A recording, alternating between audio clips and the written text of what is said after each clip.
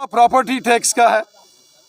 मैंने खुद माननीय लेफ्टिनेंट गवर्नर साहब से ये गुजारिश की थी कि एक बार आवाम के साथ, लोगों के साथ चर्चा करके हमें इस सारे मामले पर कोई फैसला लेना चाहिए।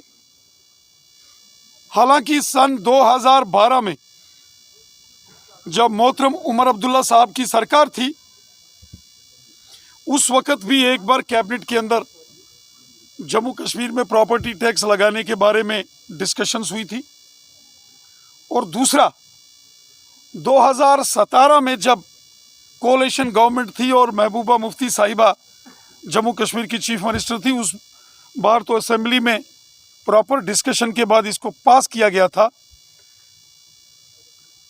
और मैंने वही जिक्र लेफ्टिनेंट गवर्नर साहब के सामने रखा कि उनको आवाम के सामने ये सारा मामला रखना चाहिए कि क्या मजबूरियां थी, क्या परेशानी थी, क्या वजूहात थी जिसके चलते प्रॉपर्टी टैक्स को यहाँ नाफज करने को लेकर उनको ये फैसला लेना पड़ा। उन्होंने वैसे आवाम से वो रूबरू भी हुए हैं, उन्होंने आवाम को खिताब भी किया है।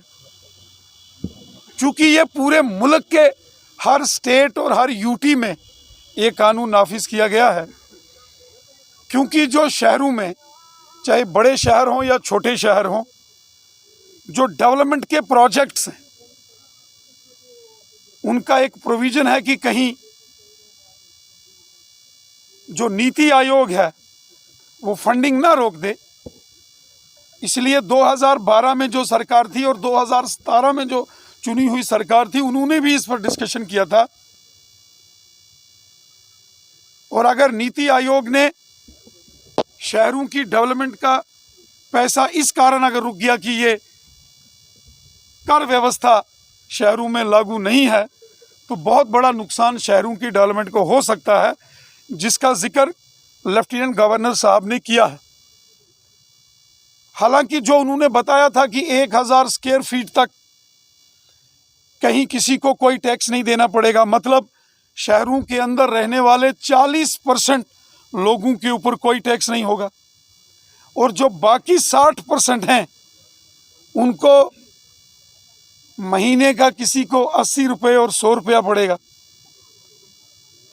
मुझे लगता है कि इसकी क्लैरिटी और अच्छे तरीके से करना चाहिए।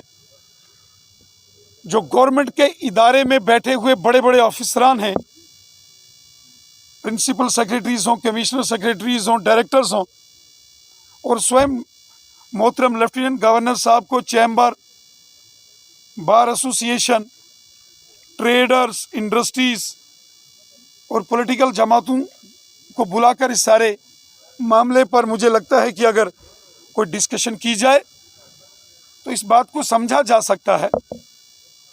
पिछले 4 सालों से शहरों की डेवलपमेंट को जो फंड्स नीति आयोग रिलीज़ कर रहा है, वो टोटल फंड का 50% आ रहा है।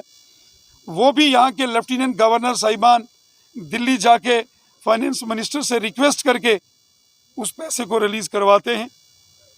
ये एक कानूनी, कॉन्स्टिट्यूशनल कोई इस प्रकार का एक कंपल्शन है, जिसके चलते इस प्रकार का शायद लेफ्टिनेंट गवर्नर साहब को फैसला लेना पड़ा। मुझे लगता है कि अभी कुछ दिन हैं और मोहतरम लेफ्टिनेंट गवर्नर साहब जो पहले भी जम्मू कश्मीर की आवाम से रूबरू हुए हैं, उन्होंने इस सारे प्रॉपर्टी टैक्स के मामले में आवाम से गुफ्तगू की है। मुझे लगता है कि और इसको अगर वो डिस्कशन में लाएंगे तो मुझे लगता है कि सब लोगों को इसकी अच्छी तरीके से जानकारी भी लगेगी, और मुझे नहीं लगता कि उसके बाद कोई विवाद होगा। ये पैसा भी जो म्युनिसिपल कमेटीज़, काउंसिल और कॉरपोरेशन में आएगा, ये उन्हीं कमेटी, काउंसिल और कॉरपोरेशन के पास रहेगा। ये कोई पैसा दिल्ली नहीं भेजा जाएगा और आवाम की बेहतरी के लिए लगाया जाएगा, जैसे लेफ्टिनेंट गवर्नर साहब ने बताया। और मुझे लगता है कि और थोड़ी क्लैरिफिकेशन अच्छे ढंग से इस पर की जाए, तो मुझे नहीं लगता कि आम लोगों को इस बात को समझने में कोई दिक्कत आएगी, लेकिन एक बार इस सारे विषय को अच्छे से पब्लिक डोमेन में और जो अलग अलग जो नॉन गवर्नमेंटल ऑर्गेनाइजेशन हैं, गवर्नमेंट इंस्टीट्यूशंस हैं और जो पॉलिटिकल इंस्टीट्यूशंस हैं, उन इदारों में भी अच्छे तरीके से इस बात को रखा जाना चाहिए। देखिए, जो राजौरी के अंदर दो बड़ी वारदातें यहाँ अल्फा गेट आर्मी के जो कैंप के बाहर गोलीबारी हुई थी और दो सिविलियंस हमारे साथी, उनकी जान चली गई थी। और वहीं ढांगरी में 7 बेगुनाह लोगों की जान चली गई, 15 के करीब लोग घायल हो गए थे। सारा मामला NIA के हवाले किया गया और जम्मू कश्मीर पुलिस के वरिष्ठ अधिकारी, इंटेलिजेंस एजेंसीज, खुफिया विभाग, पुलिस का खुफिया विभाग, सेना का खुफिया विभाग, गृह मंत्रालय के खुफिया विभाग के अधिकारी लगातार इस मामले को लेकर छानबीन कर रहे हैं। वरिष्ठ पुलिस अधिकारियों से हमारी बात हुई, उन्होंने हमें जानकारी दी है कि कुछ हद तक उनको कुछ सुराग मिले हैं। उसका जिक्र उन्होंने अभी नहीं किया जब तक पूरा मामला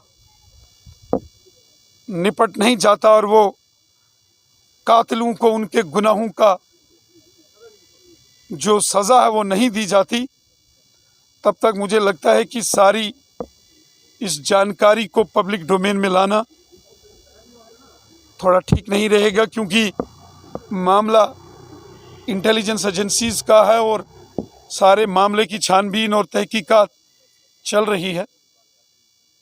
मैं उम्मीद करता हूं कि ज़मीन के पाताल से भी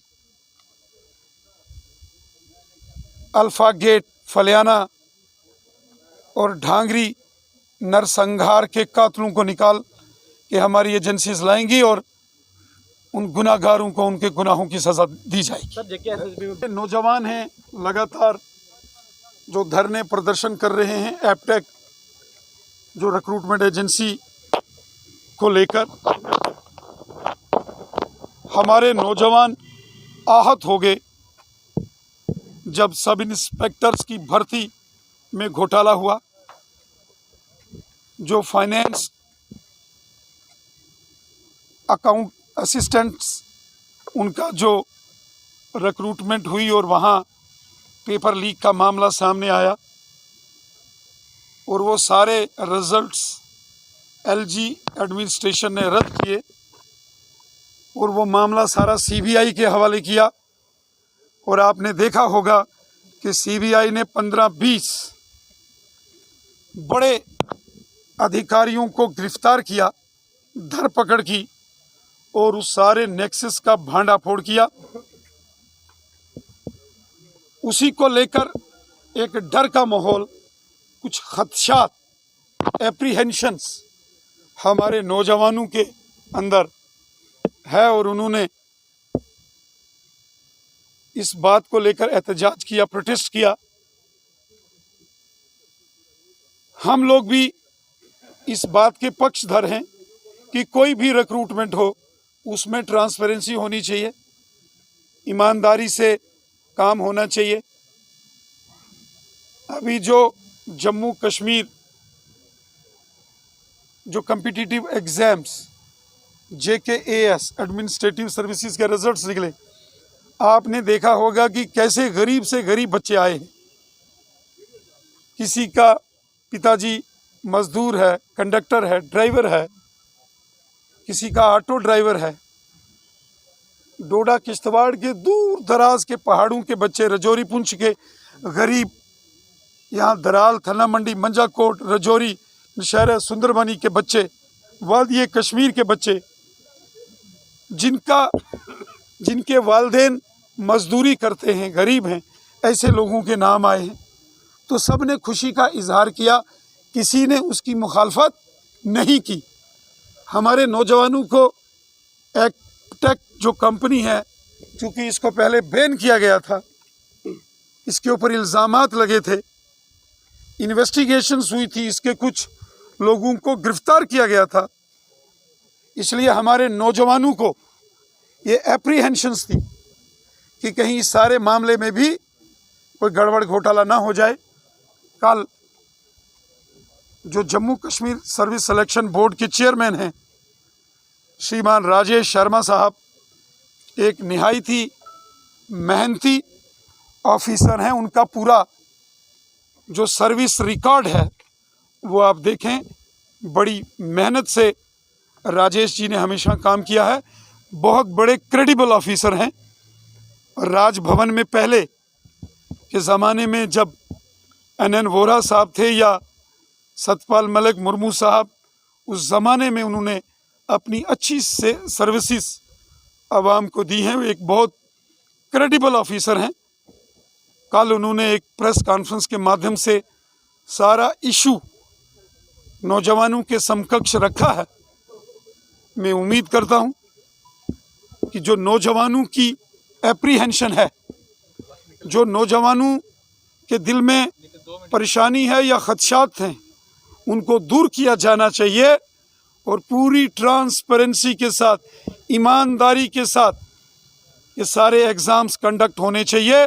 वरना जैसे सब इंस्पेक्टर की भर्ती के बाद CBI ने छापे पर छापे मार के चोरों को, भ्रष्टाचारियों को, घोटालेबाजों को और जालसाजी करने वालों को जेल की सलाखों के पीछे डाला, ऐसे जालसाजी करने वालों को, घोटालेबाजों को, भ्रष्टाचारियों को और बेईमानों को घसीट घसीट के जेल की सलाखों में बंद किया जाएगा।